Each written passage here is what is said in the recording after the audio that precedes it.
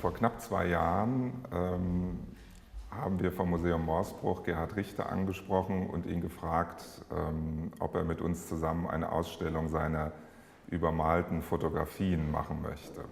Und das Tolle dabei war, dass er sehr spontan nicht nur zugesagt hat, sondern auch das Museum Morsbruch als Ort für diese Kleinbilder sehr spannend und genau passend fand.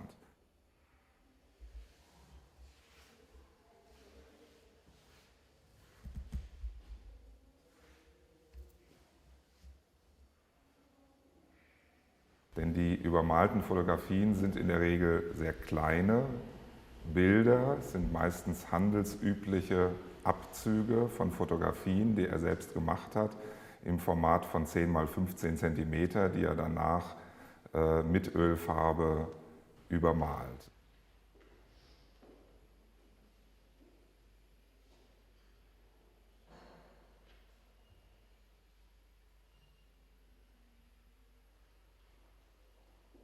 Gerhard Richter arbeitet seit etwa 1989 mit einigen Vorläufern an dieser Werkgruppe und das Spannende für uns war, dass diese Werkgruppe überhaupt noch gar nicht in Museumsausstellungen, aber auch nicht in der Literatur erwähnt oder abgebildet worden ist.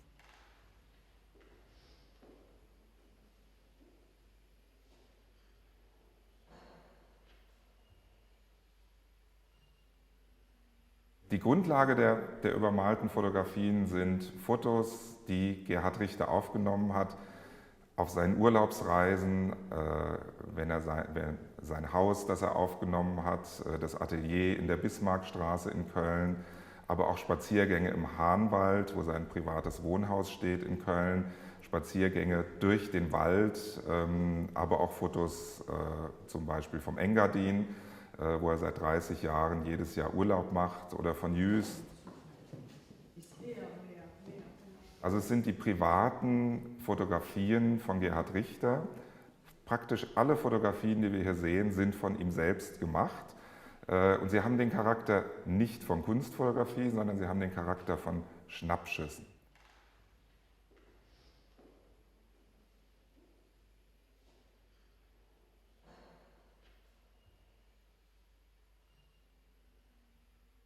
Diese Fotografien, diese Schnappschüsse, werden dann übermalt und da gibt es zwei unterschiedliche Techniken. Sie werden in der Regel mit Ölfarbe übermalt und dieser Übermalungsprozess schließt sich immer an das Malen von Gemälden an. Und zwar in der Regel an das Malen von abstrakten Gemälden mit dem Rakel.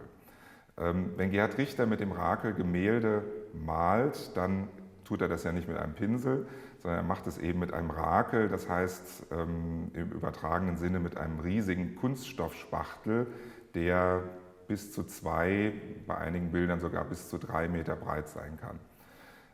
Man kann sich das so vorstellen, dass er die Leinwand auf dem Boden liegen hat oder auf einem Tisch liegen hat, dann diesen Rakel mit teilweise kiloweise Farbe bestreicht oder diese Farbe draufschüttet und dann diesen Rakel sehr schnell über die Leinwand zieht. Das ist ein Prozess, der sich bis zu 30 Mal wiederholen kann. Und bei diesen Wiederholungen oder auch bei diesen ersten Malprozessen vermischen sich die Farben untereinander und von Schicht zu Schicht vermischen sich die Ölfarben auf dem Rakel immer mehr.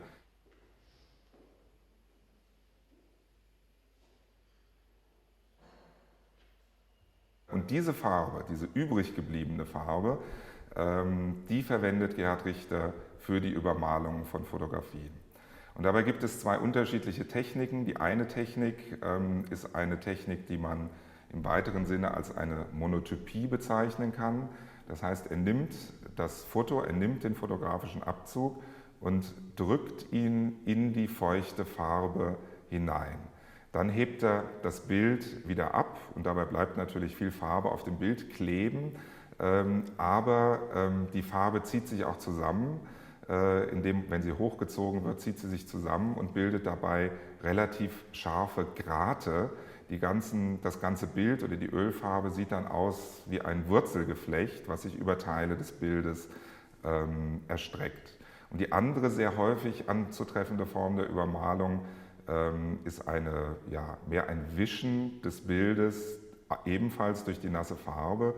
Durch den Druck, den Gerhard Richter bei dem Durchwischen des Bildes durch die Farbe ausübt, kann er regulieren, ob mehr oder weniger Farbe auf diesem Bild zurückbleibt.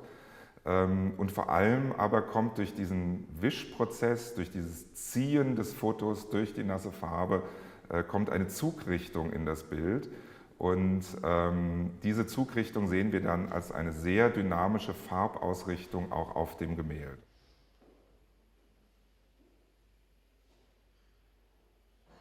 Und wenn ihn dieser Zufall überrascht, deshalb sagt er, meine Bilder sind klüger als ich, wenn das Bild in der Form, wie es dann entsteht, im Detail eine Überraschung für ihn ist, wenn es ihn selbst überrascht, dann findet er, dass es ein gutes Bild ist. Dann schmeißt er es nicht weg, dann wird es in den Kanon der übermalten Fotografien integriert.